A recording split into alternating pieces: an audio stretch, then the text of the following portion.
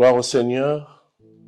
Nous bénissons l'Éternel qui a permis que nous puissions encore nous retrouver aujourd'hui dans notre programme dénommé « Au cœur de la parole ». Nous allons continuer aujourd'hui le thème que nous avions commencé la semaine dernière, intitulé « La puissance créatrice de la promesse ». Bien-aimés dans le Seigneur, nous allons voir encore beaucoup de choses. Aujourd'hui, nous commençons directement par voir 3 éléments qui font la puissance créatrice de la promesse.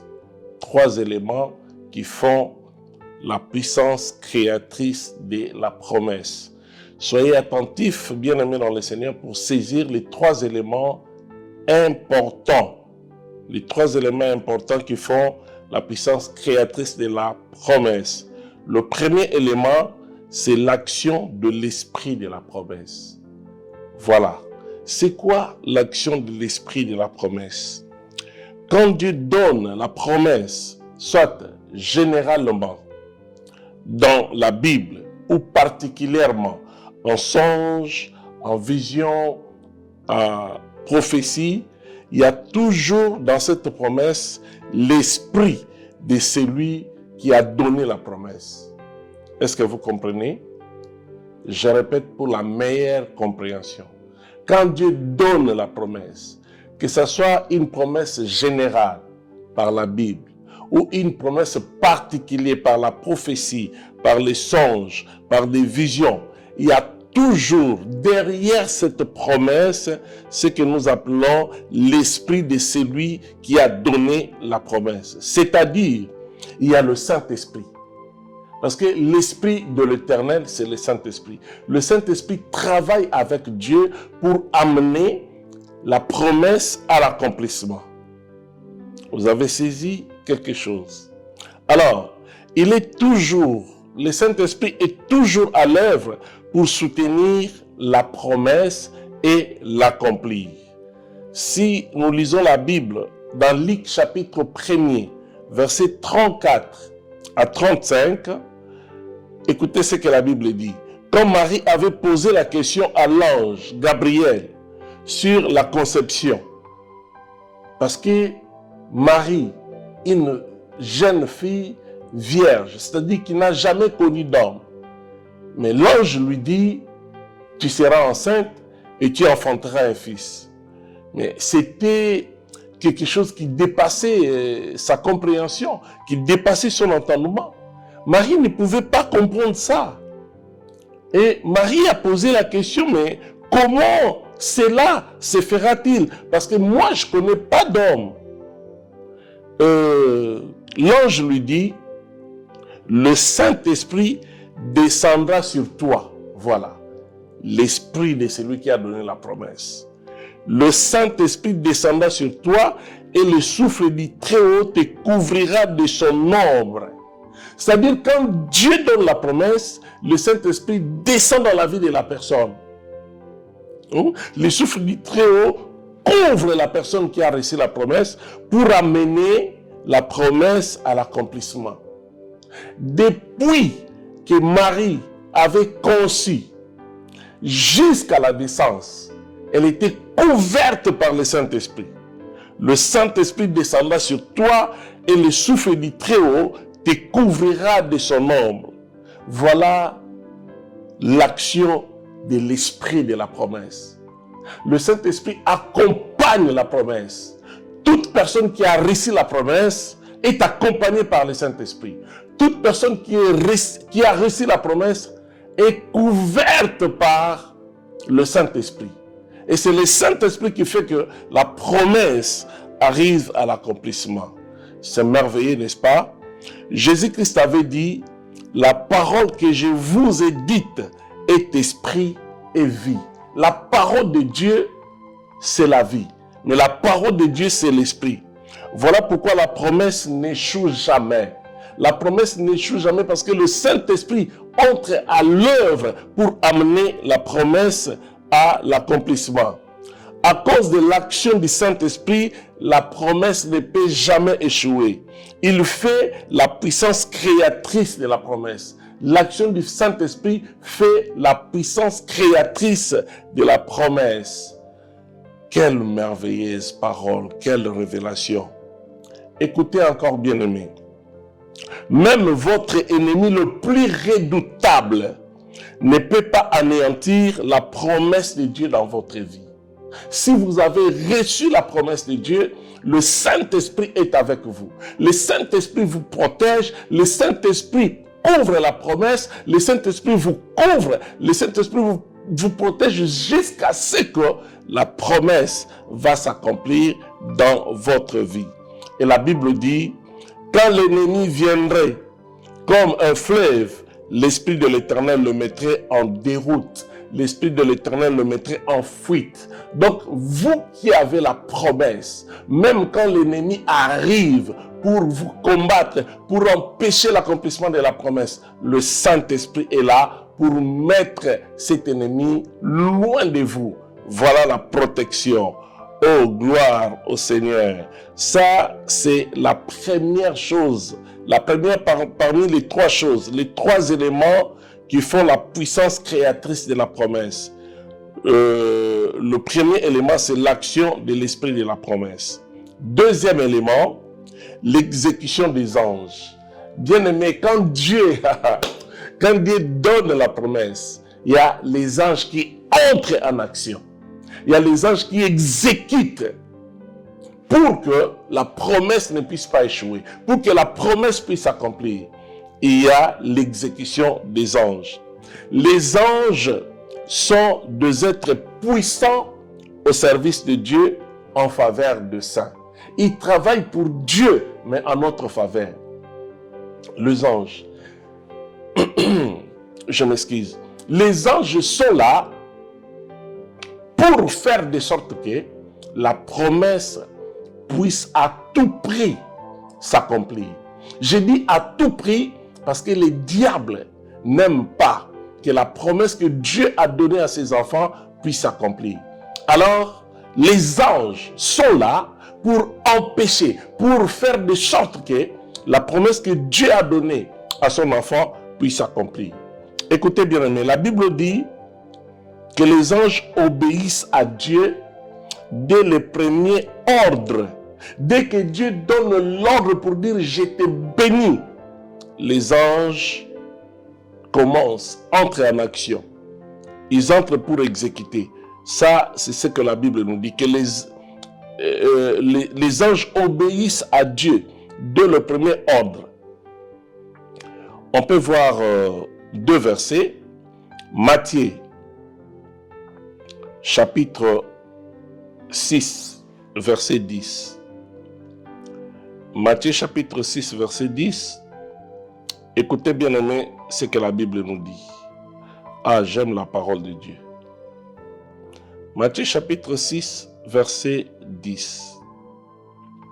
La Bible dit ceci. Que ton règne vienne. Bon, c'était chapitre combien? Chapitre 6, verset 10. Je vérifie, je m'excuse. C'est Matthieu chapitre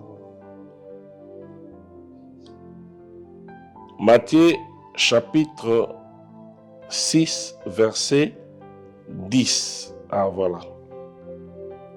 La Bible dit ceci, le verset 10, Matthieu chapitre 6. Voilà.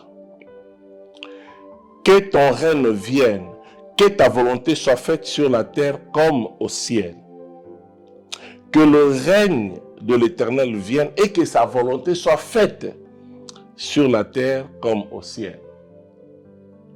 Pour que la volonté de Dieu puisse s'accomplir sur la terre comme au ciel, il faut que les anges entrent en action.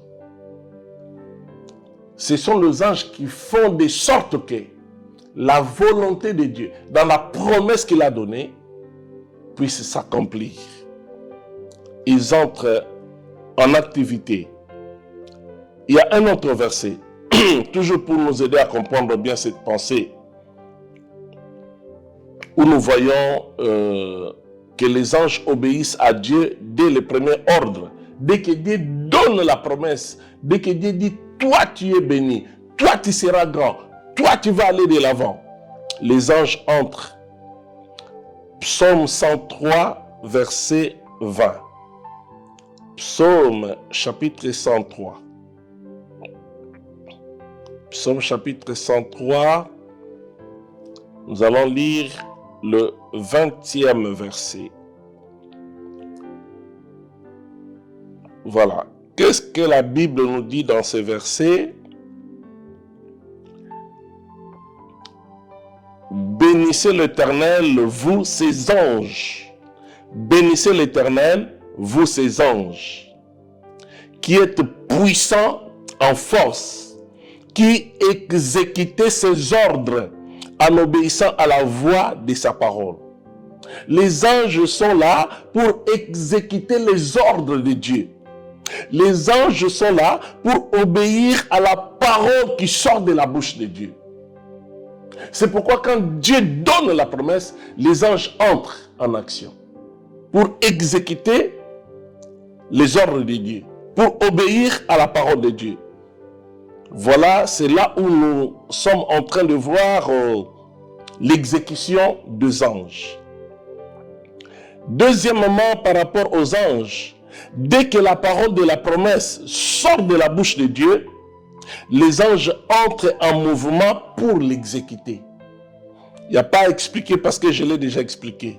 Dès que Dieu parle, les anges entrent en mouvement pour l'accomplissement de ce que Dieu a dit. Troisièmement, qui peut résister aux anges du Très-Haut? Ils sont puissants. Nous avons vu dans Psaume 103 que les anges sont puissants. Les anges sont très puissants. Alors, qui peut résister aux anges du Très-Haut? Non, non, personne. Personne, car leur Seigneur est le créateur de l'univers. Leur Seigneur, le Seigneur des anges, il est le vainqueur de la grande bataille. Il est le vainqueur de la grande bataille il y a 2000 ans à Golgotha. Alléluia. Là, nous voyons Jésus qui a vaincu le diable. Il y a de cela 2000 ans sur la croix. Donc, le Seigneur est là. Comme c'est à lui qu'appartient le dernier mot, les anges ne font qu'exécuter. Et c'est Dieu qui a donné la puissance aux anges. Amen. Donc, si la première chose pour vivre la puissance créatrice de la parole, c'est l'action de l'esprit de la promesse, donc l'action du Saint-Esprit, la deuxième chose, c'est l'exécution des anges. Alors, troisième chose, c'est la transmissibilité de la nature divine. Transmissibilité de la nature divine. Bien-aimé dans le Seigneur, quand Dieu donne la promesse à l'un de ses enfants, Dieu se transmet dans la vie de cet homme. Dieu, il transmet sa nature dans la vie de la personne qu'il a donné la promesse. Écoutez, je vais expliquer bien pour que vous puissiez saisir la pensée de Dieu. Quand deux personnes de sexe opposé se marient, le mariage est fait. Cette union se concrétise officiellement par la cérémonie d'alliance. La femme prend l'alliance qu'elle met dans le doigt de l'homme. Et l'homme fait de même dans le doigt de la femme. Hein? C'est ce que j'appelle ici cérémonie d'alliance, au cours de laquelle les deux partenaires se donnent la promesse.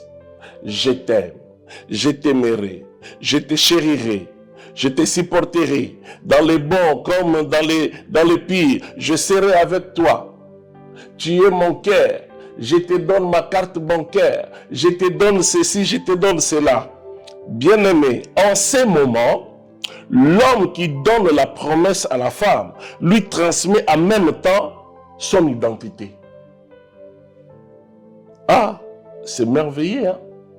L'homme qui donne la promesse à la femme transmet à sa femme son identité. Vous verrez que si cette femme s'appelait Élise Pello, mais depuis ce jour-là, la femme change de nom. La femme devient Élise Lang. Quelle puissance! Les noms changent. La femme reçoit l'identité de son mari. Désormais, si le mari est absent et que sa femme se présente au boulot, on peut lui remettre le salaire de son mari, car elle est sa représentante valable, sa vraie image. Les deux deviendront une seule chair. Ça, je parle du mariage. C'est de la même façon que ce que Dieu fait dans la promesse. Quand nous voyons la puissance créatrice de la promesse, l'exemple du mariage peut vraiment nous aider. De même, Dieu est comme le mari. Dieu est comme le mari. Nous, les chrétiens, nous sommes comme la femme. Dieu a fait alliance avec nous en Jésus-Christ. Et Dieu nous a donné des promesses.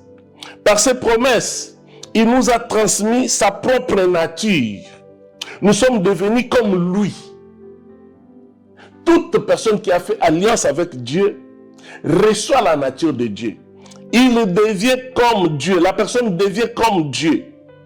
Et cette personne devient automatiquement représentant de Dieu, représentant valable de Dieu sur la terre. Dans 1 Pierre chapitre 1 verset 3 à 4, la Bible nous montre que Dieu nous donne par la piété, il nous donne sa nature. Dieu nous donne sa nature. J'aime bien ce verset. Dieu donne sa nature à l'homme parce que l'homme a crié à son fils Jésus.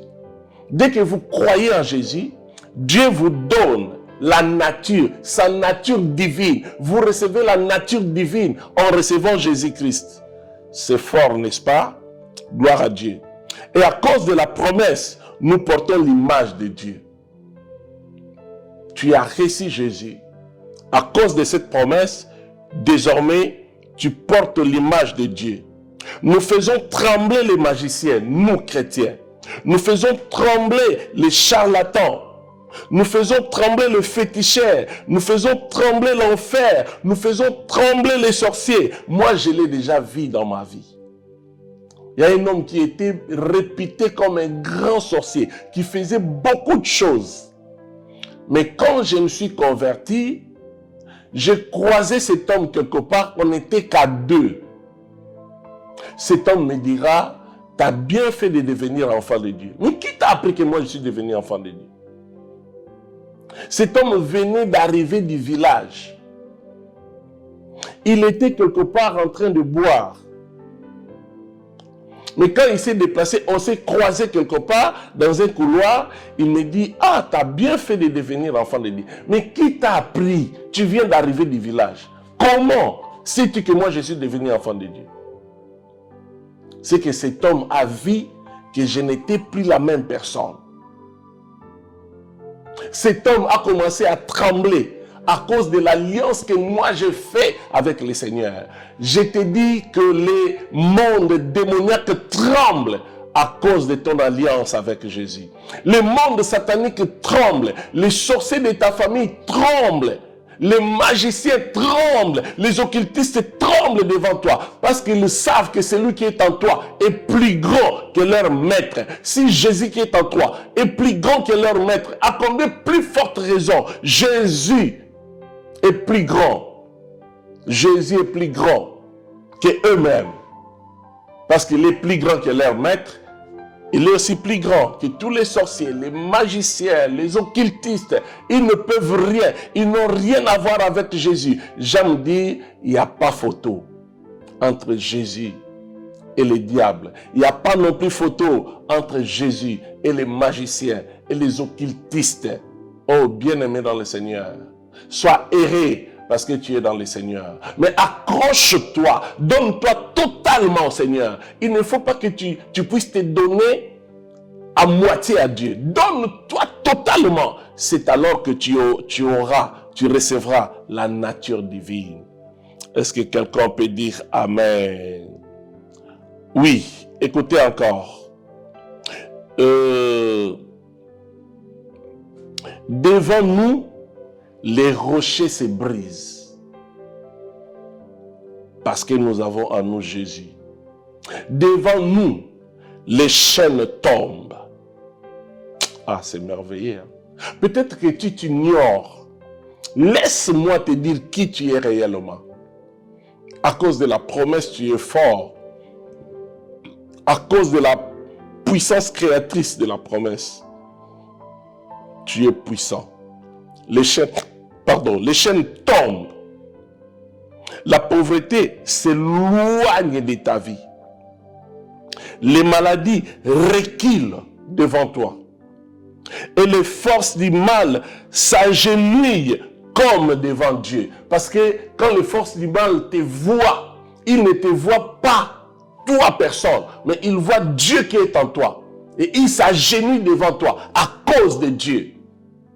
Quelle force, quelle onction, quelle grâce d'avoir Jésus et d'avoir la nature divine. Tu as la nature divine. Tu n'es plus seulement ce que les gens voient, mais tu es plus que ça à cause de l'alliance que tu as fait avec Dieu. Tu as reçu la nature divine. Alléluia. C'est merveilleux. C'est vraiment merveilleux. Alors, c'est une grande vérité, bien-aimé dans le Seigneur, une grande vérité que les gens négligent. Où il y a plusieurs personnes qui ignorent cette grande vérité. Mais elle va faire notre force. Si seulement nous y croyons. Si vous croyez qu'en ayant la promesse, vous recevez la nature divine, cela fera votre force toute votre vie. Vous n'allez plus vivre dans l'ignorance. Mon peuple est détruit par manque de connaissances. Il ne faut plus que tu sois dans l'ignorance. Tu dois comprendre qui tu es réellement. Qui tu es devenu en Jésus-Christ. Ah, gloire à Dieu. Jésus-Christ dit que Dieu appelle Dieu, c'est à qui la parole a été annoncée. Ouh, Dieu appelle Dieu, c'est à qui la parole a été annoncée. Les gens qui ont reçu la parole de Dieu, Dieu les appelle Dieu. Vous voulez que je vous donne le verset? C'est dans Jean chapitre 10. Jean chapitre 10, verset 33 à 36. Quelle parole! Jean chapitre 10, verset 33 à 36. C'est merveilleux de connaître la parole de Dieu.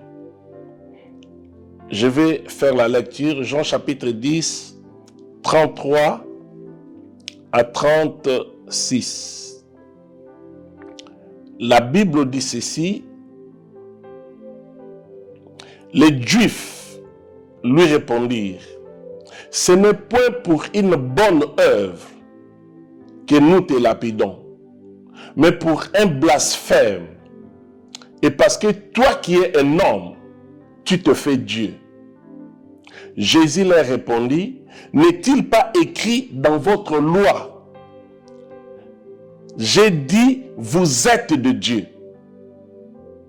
Vous êtes de Dieu. » Si elle a appelé Dieu, c'est à qui la parole de Dieu a été adressée, et si l'écriture ne peut être anéantie, celui que le Père a sanctifié et envoyé dans le monde, vous lui dites, tu blasphèmes. Et c'est là parce que j'ai dit, je suis le Fils de Dieu. Voilà, Dieu appelle Dieu les gens qui ont reçu la parole de Dieu. Ouh! Est-ce que tu peux dire que je suis Dieu? Quelle parole! Quelle révélation! Dieu t'appelle Dieu parce que toi, tu as reçu la parole de Dieu. Dieu te donne sa nature. Dieu te donne la divinité. Si dans le mariage, la femme reçoit l'identité de son mari, dans le christianisme, les chrétiens reçoivent la nature de Dieu. Je suis Dieu. Tu es Dieu. Amen.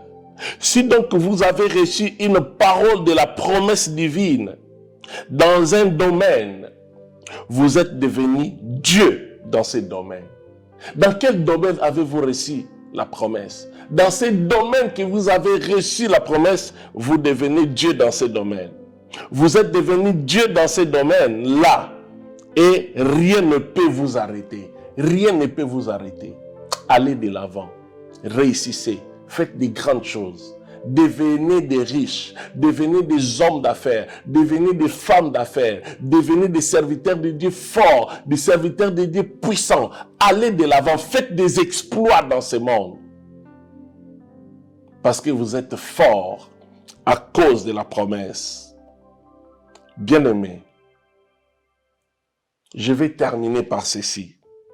C'est une prophétie dont le temps est déjà fixé. Elle marche vers son terme et elle ne mentira pas. La Bible dit, si elle tarde, attends-la, car elle s'accomplira certainement. Habakkuk chapitre 2, verset 3. À cause de la puissance créatrice, la promesse que tu as reçue de Dieu finira par s'accomplir.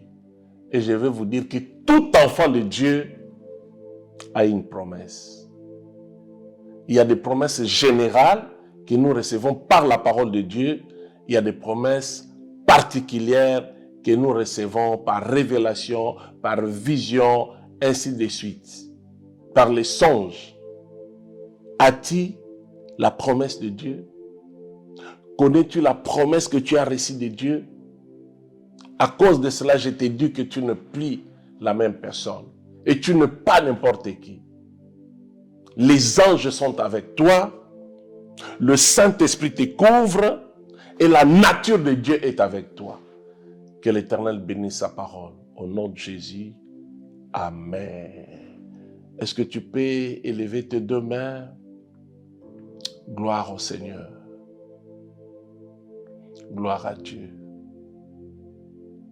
Car il est glorieux et digne de régner. L'agneau est souverain.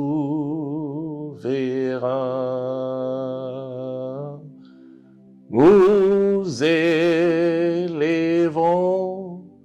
nos voix pour l'adorer. L'agneau est souverain. Est-ce que tu peux dire merci à Dieu pour sa parole? Dieu notre Père, nous te disons merci. Tu es le véritable Dieu, tu es le roi des gloires, le Dieu incomparable. Aucun autre Dieu n'est semblable à toi. Merci pour cette parole merveilleuse que tu m'as donnée. Tu m'as parlé des trois choses qui montrent la puissance créatrice de la promesse. À cause de ces trois choses qui accompagnent toute personne qui reçoit la promesse, Dieu notre Père, nous avons compris que nous ne sommes plus les mêmes personnes. Voilà pourquoi nous te disons merci. Merci pour ta parole. Bénis cette parole dans mon cœur. Bénis cette parole dans la vie de mon frère. Bénis cette parole dans la vie de ma sœur. Dans le nom de Jésus, notre Seigneur et Sauveur. Gloire au Seigneur. Bien-aimé, maintenant tu vas prier, tu vas dire, je vais expérimenter les trois choses qui prouvent la puissance créatrice de la promesse. Trois choses qui prouvent, qui montrent la puissance créatrice de la promesse. La première chose, le Saint-Esprit. Le Saint-Esprit couvre toute personne qui a reçu la promesse. Deuxième chose, les anges entrent en action. Troisième chose, la nature divine est donnée à la personne qui a reçu la promesse. Dis Seigneur, je vais vivre ces trois choses qui font la puissance créatrice de la parole. Dis que les anges m'accompagnent, que le Saint-Esprit me couvre. Je vais expérimenter la nature divine. Prions au nom de Jésus. Seigneur, je te bénis de ce que ta parole est à moi. Que tu viennes me rappeler par rapport à tout ce que tu viens de me dire, que tel que je suis là, je ne suis pas serre, mais je suis couvert par le Saint-Esprit. Le Saint-Esprit qui me couvre empêche l'ennemi, empêche le diable à mettre les obstacles dans toutes les promesses que tu m'as données. À cause du Saint-Esprit qui me couvre, je verrai l'accomplissement de toutes les promesses de Dieu dans ma vie. Que cela soit ainsi pour mon frère, que cela soit ainsi pour ma soeur, dans le nom de Jésus-Christ. Oh, que l'action des anges se manifeste dans la vie de mon frère, que les actions des anges se manifestent dans la vie de mes bien-aimés, dans l'église du Seigneur, l'action des anges, que les anges entrent en action dans ta vie, que les anges entrer en action pour amener la promesse à l'accomplissement, pour exécuter l'ordre venant de notre Père. Dans le nom de Jésus-Christ, Yahweh, maintenant, que toute personne qui a reçu la promesse puisse comprendre en recevant la promesse. Cette personne a aussi reçu la nature divine. Que la nature divine se manifeste et rien ne pourra nous arrêter. Les sorciers ont peur de nous. Les marabouts ont peur de nous. Les occultistes ont peur de nous. Parce que nous sommes pris ce que nous étions. Nous avons en nous la nature divine. Nous sommes de Dieu. C'est pourquoi nous te rendons des actions de grâce et nous t'acclamons pour tout ce que tu as accompli dans nos vies. Dans le nom de Jésus-Christ, notre Seigneur et Sauveur, nous avons ainsi prié et nous disons Amen. Gloire au Seigneur. Voilà, bien-aimés, nous sommes arrivés à la fin de notre moment de partage pour aujourd'hui au cœur de la parole. Ne manquez pas notre prochaine rencontre. Nous continuons sur notre grand thème de la promesse à l'accomplissement. Que Dieu vous bénisse. Merci. Au revoir.